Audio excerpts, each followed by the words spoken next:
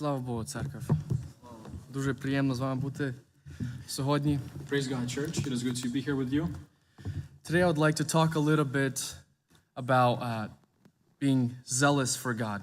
Сегодня хотел говорить о ревности ради Бога. Because God doesn't look on anyone who is just simply beautiful or just has a talent. God looks at the heart. Потому что Бог не смотрит только на красоту внешнюю или там у кого есть какие-то там свои там привилегии или таланты, но Он смотрит на сердце наше. And I'm thankful for everyone who served during this service and is continuing to serve. Я благодарен всем, кто сегодня служил и продолжает служить. I'm thankful for Max for singing a song about heaven. Из-за Максима, то, что он пел песню про рай, про That was just the небо. most fresh song he just sang, and it's the one that's still in my mind. Эта песня, которая была последняя, просто в разуме нашем еще осталась. And God doesn't look maybe specifically if someone is, can sing at a professional level, but God looks at the situation of the heart. И Бог часто не смотрит на таланты, возможно, профессионально, там кто-то говорит там, или поет профессионально, но если мы поем от всего сердца и влагаем в это всю душу нашу, то Бог это замечает. I believe that as the church, as being the body of Christ, we should all seek to serve Him anywhere we can. И мы, как тело Христа, мы, как церковь Его, мы должны стремиться служить Богу всем тем, чем можем. And not just serve Him because we have to, but because we truly and genuinely want to. И не просто потому, что мы должны служить Господу, но чтобы это истекало из нашего сердца, из всего сердца. In Romans, let's all open up to Romans chapter 12, verse 9. Давайте откроем мы послание к Римлянам, главу 12, стих 9 Through 11. по 11. Let love be genuine. Abhor what is evil. Hold fast to what is good. Love one another with brotherly affection. Outdo one another in showing honor. Do not be slothful in zeal. Be fervent in the spirit. Serve the Lord. Любовь-то будет непритворна. Отвращайтесь зла, прилепляйтесь к добру. Будьте братолюбивы друг к другу с нежностью. В почтительности друг друга предупреждайте. В усердии не ослабевайте, духом пламенейте, Господу служите. As I touch base upon serving God with zealousy, Мы говорим о служении Господу с ревностью. we have to first understand where we can get this zealousy from. Мы должны в первую очередь понять, откуда эта ревность приходит. We have to understand how can we maintain this growth in us, Мы должны понимать, zealousy and passion for God. как мы можем жить так, чтобы ревность у нас не утихала. Because oftentimes I've been in ministry for a while now, and oftentimes I see young men of God rise up to serve God, and then within a year they're gone. Уже некоторое время служа с молодежью, я замечаю, молодежь бывает вырастает, и она бывает, у кого-то появляется такая ревность яркая, и потом утихает. As we are all, most of us here are adults, we understand that we don't have a mom or a dad to consistently, as we get older, they're not going to tell us to read the Bible every evening. И как взрослые мы уже, большинство из нас мы понимаем то, что у нас нету папы или мамы, которая нам постоянно говорит, напоминает, молись сегодня, ты сегодня прочитал Библию или нет. As we grow up, we begin to make our own decisions in life. Вырастаем, мы начинаем делать свои собственные решения, собственные выборы. So we get to choose, do we want to have, like it says here in Romans, for our love to be genuine. Мы должны выбирать, будет наша любовь непритворна. And that's where zealousy starts. И здесь именно начинается эта ревность. From having genuine love for God and for His people. Имея эту любовь непритворную к Богу и к людям, окружающим нас. Does anyone know of maybe a particular person that they have met, they work with, or go to church with, or maybe are just a friend, and that you can tell that they don't have a love for you? Вспомните, возможно, человека в вашей жизни, или подумайте, я думаю, у каждого из нас такие люди, которые замечается, что у них нет любви к нам, возможно. You can tell that they have some kind of a hypocritical smile. И, возможно, у них какая-то есть такая улыбка лицемерная немножко. But you can tell that, that they don't have a desire for you to have good things. Но заметно, что, возможно, у них к нам нету этого доброго желания или стремления или ревности. For us as humans, we notice this hypocrisy. Мы, как люди, мы замечаем эту лицемерность в Of людях. course, without judgments of any kind, but with love only. И мы замечаем это, и не будем судить людей таких, но будем с любовью замечать это и просто для себя принимать это во внимание. And do you think that God knows if our love is truly genuine for Him and for His people? Но неужели Бог не замечает лицемерности в наших сердцах, если она есть там? Love finds a way, love sacrifices without it feeling like a sacrifice.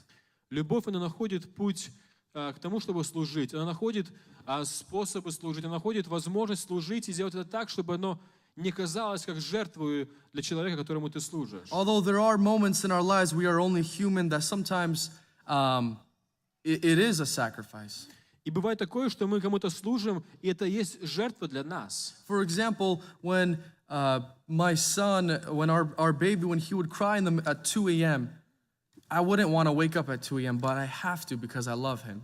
К примеру, когда мой маленький сынишка плачет ночью, и к нему нужно встать и подойти ночью, помочь ему что-то, это неприятно, для меня это жертва. Either my wife and I, we know and understand we do it because we love him. Even though it's the middle of the night, we have to wake up for work in the morning, but we still do it.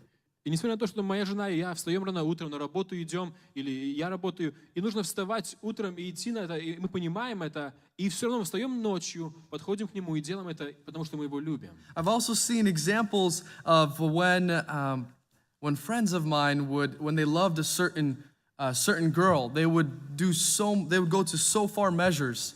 И мы знаем, что когда молодой мужчина или молодая девушка, она любит друг друга или влюбились в кого-то, то они начинают что-то делать такое, что для них жертвой является, но делают это, как будто бы ничего не бывало. And it almost doesn't make sense. И часто оно просто не понять нам этого. For example, I had a good friend of mine, and he liked a girl all the way in Spokane, Washington. К примеру, у меня есть один друг, ему нравилась одна девушка, она жила в Спокене. And we would drive, he'd ask me to go with him, and we would drive all the way for 5 hours to Spokane for him to see, to hopefully run into this girl at like a youth gathering. И он просил меня, мы вместе ездили в Спокен, это 5 часов езды в Спокен ехать, чтобы, возможно, он увидит ее где-то на собрании. And then hopefully just run into her and start talking, and sometimes it worked out, sometimes it didn't. И мы ехали ради этого шанса, возможно, он увидит ее на собрании, на молодежном, может быть, нет. И бывало такое, что мы туда поехали, и он даже не видел ее там. And but when we returned the same following day, come home at like 3 a.m. and then go to church the following morning. И мы возвращались в тот же день домой потом, очень поздно, может, в 3 утра, и потом утром шли на собрание еще. It's just an example that I believe that a lot of us can relate to. When we love someone or something, we will go to far measures for it. Это просто один из маленьких примеров. Я думаю, мы все знакомы с этим. Когда мы что-то жертвуем для кого-то другого из-за любви, и это для нас бывает не жертва, и пытаемся это сделать так, чтобы человеку это не показалось жертвою. And that love is what gives birth to being passionate and zealous. И эта любовь, она дает рождение ревности ради Бога и ради других людей. The more we put our time and effort into something, the more we will learn to love it. Чем больше мы влагаем время и усилия, и усердия к чему-то, чем больше мы то любим. For example, I know many of us here are also businessmen, have our own businesses. Я знаю, что многие из нас есть бизнесмены в этом месте. And we understand the effort it takes to grow a business from nothing. Эти люди понимают, что нужно усилия прилагать очень много, чтобы бизнес возрос и рос и процветал. It takes a lot of your time, it takes effort for that growth process to happen. Это забирает много времени, много усилий, чтобы этот процесс он возрастал. And oftentimes our own spiritual life is also a process. Наша духовная жизнь это же самое, это процесс. It won't happen overnight. Это не случается через маленькое время, за ночь. And if you're sitting here thinking, God, I don't have any desire to serve you anywhere.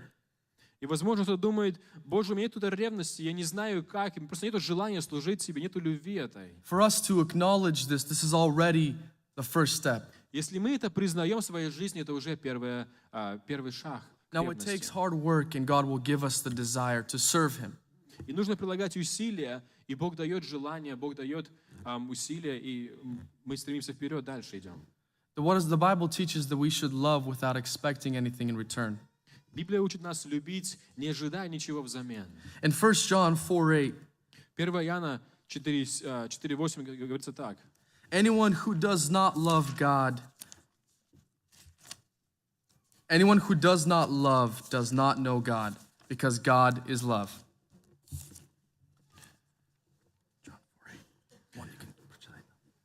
Кто не любит, тот не познал Бога, потому что Бог есть любовь. It's a simple verse many of us are familiar with. Это стишок, который многие из нас знают наизусть. But we have to understand that if we don't have love for people, for God, И мы должны понимать, что мы должны иметь любовь к человекам, любовь к Богу. we should really evaluate ourselves. Если мы не имеем этой любви, то мы должны себя проверить. If you don't love people, it is because you don't know God, because God is love.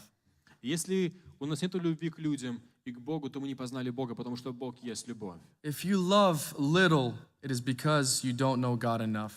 Если мы любим очень мало, то это говорит о том, что мы Бога еще очень мало познали. As a result, our prayer life can be shallow. И поэтому часто наша молитвенная жизнь тоже очень мелкая получается, Because we don't have love. потому что мы не имеем любви. A good story I understand about the various emotions and example for us is Cain and Abel. Один пример из Библии об этой любви — это пример Каина и Авеля. Let's open up to Genesis chapter 4. Если мы откроем Бытие, главу 4, In the course of time, Cain brought to the Lord an offering of the fruit of the ground, and Abel also brought the firstborn of his flock and at their fat portions. And the Lord had regard for Abel and his offering, but for Cain and his offering he had no regard. So Cain was very angry, and his face fell. The Lord said to Cain, "Why are you angry, and why has your face fallen? If you do well, will you not be accepted? And if you do not do well, sin is crouching at the door. Its desire is contrary to you, but you must rule over it." Бытие 4:3 ниже. Спустя некоторое время Каин принес от плодов земли дар Господу. И Авель также принес от первородных стада своего и от тука их. И презрел Господь на Авеля и на дар его, а на Каина на дар его не презрел. Каин сильно огорчился, и поникло лицо его. И Господь сказал Каину: «Почему ты огорчился? И от чего поникло лицо твое? Если делаешь доброе, то не поднимаешь лица, а если не делаешь доброго, то у дверей грех лежит. Он влечет тебя к себе, но ты господствуй над ним». As a young child, when I read this story, I couldn't understand it fully. Когда был младший, читал эту историю и полностью не понимал всего этого. They both bring sacrifices to God, but God only accepts one of them.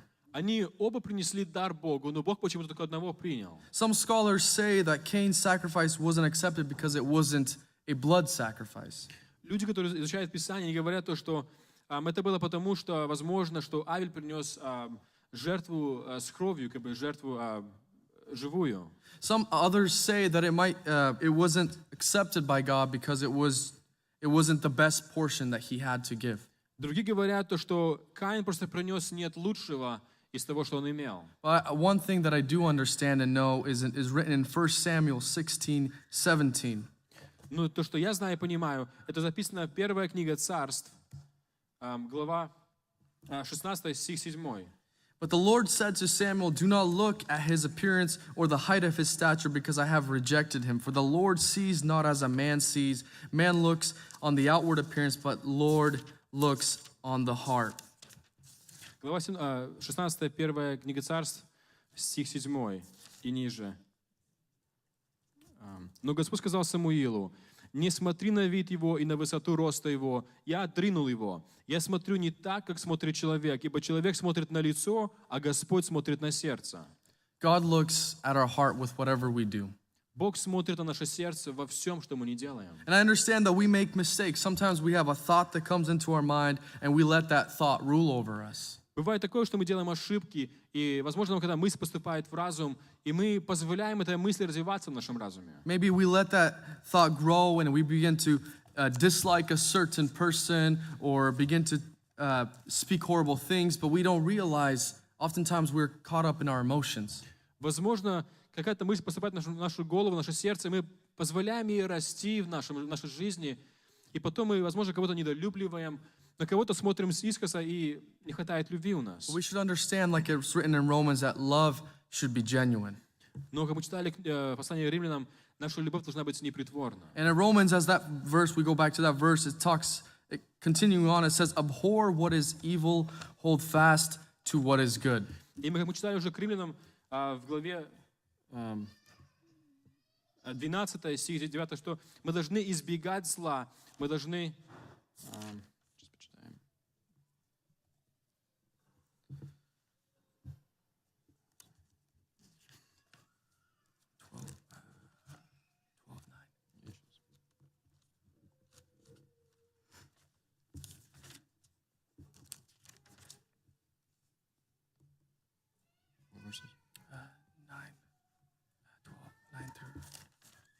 Извиняюсь. Говорится, чтобы мы были братолюбивы друг к другу с нежностью, в почтительности друг к другу, предупреждали друг друга, прилипались к добру и отвращались от зла. We need to abhor what is evil. Abhor is hate things of evil. Отвращаться от зла, это означает просто ненавидеть зло, ненавидеть то, что есть неправда. Not to hate people who are evil, but to hate the evil inside of them. Не написано ненавидеть людей, которые злые, но ненавидеть зло, отвращаться от зла. And it talks about holding fast to what is good. И написано, что мы прилеплялись к добру. The good news of the gospel is only good to those who understand the bad news. Добрые новости, или как бы добрая эта новость, или Евангелие, является Евангелием и доброй новостью только для тех, которые знают плохие новости, или то, что как бы их ожидает без Евангелия. There are good news because there's bad news. То есть есть добрая новость, потому что у нас были плохие раньше новости. For example, the cure of cancer is of no need for a man who refuses to believe that he has cancer. К примеру, Truly has cancer. лечение рака не является нужным для человека, Исцеление. исцеление рака не является нужным для того, который не имеет эту болезнь. The cure of cancer for a man who hears and believes and understands that he is sick in the first place and is going to die, it cures the greatest news he can ever hear. Возможность излечения рака для того, кто знает, что он имеет рак, и понимает это, для него это добрые новости. Исцеление рака. Исцеление рака. We have to understand that there is evil in this world, there is sin in this world. Мы должны понимать, что в этом мире есть грех и есть зло. And we are all born of a sinful nature of Adam. И мы родились от грешной натуры, от грешного человечества, от Адама. And that's the bad news. И это есть как бы эти плохие новости. But the good news is we have salvation close to us. Но Евангелие говорит то, что у нас есть спасение, нам даровано спасение. And we should understand this and let this be motivating us to be zealous and to serve God because we are saved. И мы должны понимать это и есть добрая эти новости, радостная весть Евангелия, то, что мы спасены через Христа от всего этого. I've been kind of looking through some statistics of Christianity in the U.S. Я смотрел статистику христианства в Америке недавно. And a couple questions that I concluded is why is the most free country in the world we are filled with various Bible colleges, but we are seeing Christianity on a decline. Я заметил то, что почему-то наша страна как бы самая свободная считается страна, как бы, христианство свободно, кто хочет то, что, те во все верят. И у нас самое больше разных библейских учебных заведений. И почему-то у нас в Америке христианство, оно на упаде. America was considered a Christian nation where all of us immigrated to come here to be free and to be in a Christian nation. Америка считалась раньше христианской страной, там, где люди приезжали из других стран, чтобы получить свободу быть христианами, служить Господу. We understand that Satan doesn't sleep. Мы понимаем то, что дьявол, он не спит. Another statistics is why are 78% of children raised in Christian homes dissociate themselves from the Christian faith by the time they are 18. Также, читая статистику, я заметил, что дети, выращенные в христианских семьях, 78% из этих детей обычно уходят в мир и как бы не хотят ничего иметь с христианством. This doesn't apply for our Slavic culture. This is more of the American culture. Возможно, это не является статистикой в наших церквях в русских, славянских, но это статистика в Америке сейчас. If faithfulness is biblical Christianity passed down from generation to generation, that is not something that we see as often today. Если эта верность и христианство в основном передается с поколения в поколение, то почему-то в наше время мы не замечаем этой передачи из поколения в поколение. Our statistic is only 2 out of 10 Christians have read the entire Bible. Статистика говорит, что только 2 из 10 человек, они прочитали всю Библию. Why in a country of almost no violent persecution, no less than 10% of Christians share the gospel with one person a year? Показано то, что в нашей стране, там, где мы свободно можем говорить о Христе, только 10% христиан говорит о Евангелии с другим человеком хотя бы раз в год. Только 1/10 часть людей говорит об этом. Church, let love be genuine. Пусть наша любовь, она будет непритворна. Let us not be slothful in zeal. Давайте мы не будем ослабевать в этом всем. Let us learn to love others and church and ask that for God to give that to us. Давайте будем учиться любить церковь, любить друг друга, любить Бога и молиться, чтобы Бог нам эту любовь дал и научил нас. We understand a man of God, Abraham, Мы знаем историю про Авраама, человека Божия. a father of nations. He was willing to risk his own son for God. Мы знаем то, что он ради Господа готов был отдать своего сына. Would we be willing to even give up a car, one of our cars for God? Готовы ли мы в своем сердце просто разделиться и отдать, возможно, свою машину кому-то или что-то большее? Would we be willing to take up some of our time and maybe spend it with a fellow Christian and encourage them? Скажем, не машину, а просто хотя бы время немножко пожертвовать, отдать кому-то время свое и помочь им говорить о Боге с ними. We are not promised a perfect life. Нам никто не обещал жизнь усланную цветами. I know that in my life there are different trials and situations that are not easy sometimes. В моей жизни есть свои ситуации, свои трудности, свои переживания. But overall, God has blessed and continues to bless. Но в общем, Бог благословил и продолжает благословлять. I understand that sometimes when I'm not faithful, He remains faithful. Я понимаю, что бывает, я падаю и не проявляю верность Богу в чем-то, но Он все равно верен своему слову. And if we acknowledge that, understand that, and Если мы, ask God for a zeal to serve Him, если мы признаем свои падения, каемся, если мы просим, чтобы Бог нам дал эту свою любовь, свою ревность, наши сердца, and He truly does give that. и Бог Он дает это нам. He gives it to me daily. Он дает мне это каждый день. And I want to read real quick in conclusion from Isaiah 43, chapter 2. И в заключение я хочу оставить вас местное Писание из Исаии, это глава 43, стих 2. When you pass through the waters, I will be with you, and through the rivers, they shall not overwhelm you. When you walk through fire, you shall not be burned, and the flame shall not consume you. Будешь ли переходить через воды, я с тобою? Через реки ли, они не потопят тебя? Пойдешь ли через огонь, не обожжешься, и пламя не опалит тебя? Ибо я Господь Бог твой, Святой Израилев, Спаситель твой. So, dear brothers and sisters, Дорогие братья и сестры, let's strive to be zealous for God. давайте будем стремиться иметь эту ревность ради Бога. Like in Romans, let love be genuine, abhor what is evil, hold fast to what is good. Как Павел писал к римлянам, давайте также будем иметь эту любовь, которая непритворная. Давайте будем не лениться, не ослабевать в любви, но стремиться ко всему этому. Let us love one another with brotherly affection, outdoing one another in showing honor. Давайте будем любить, проявлять братолюбие друг к другу. Давайте просто будем делать больше другим, чем они делают нам. Not doing things with expecting something in return, but doing things for others without expecting anything in return. Давайте будем стремиться служить и делать людям добро, не ожидая от них назад ничего ради Because, dear их brother себя. and sister, if we do anything with expecting something in return, we will be disappointed very quickly. Если мы же служим кому-то другому или делаем что-то доброе для кого-то другого и ожидаем что-то для себя, то мы очень быстро разочаруемся. Most people, we don't understand that we should give in return. Часто люди даже не понимают то, что мы должны как бы пытаться воздать добром за добро. And so we should do things without expecting in return. И поэтому мы должны делать эти добрые вещи, служить другим людям, не ожидая от них назад ничего. And God will truly give that return to us. И тогда Бог истинно воздаст по нашему добру нам. Maybe not here on earth, but truly in heaven.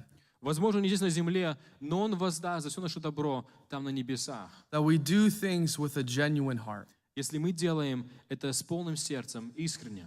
Let's all stand up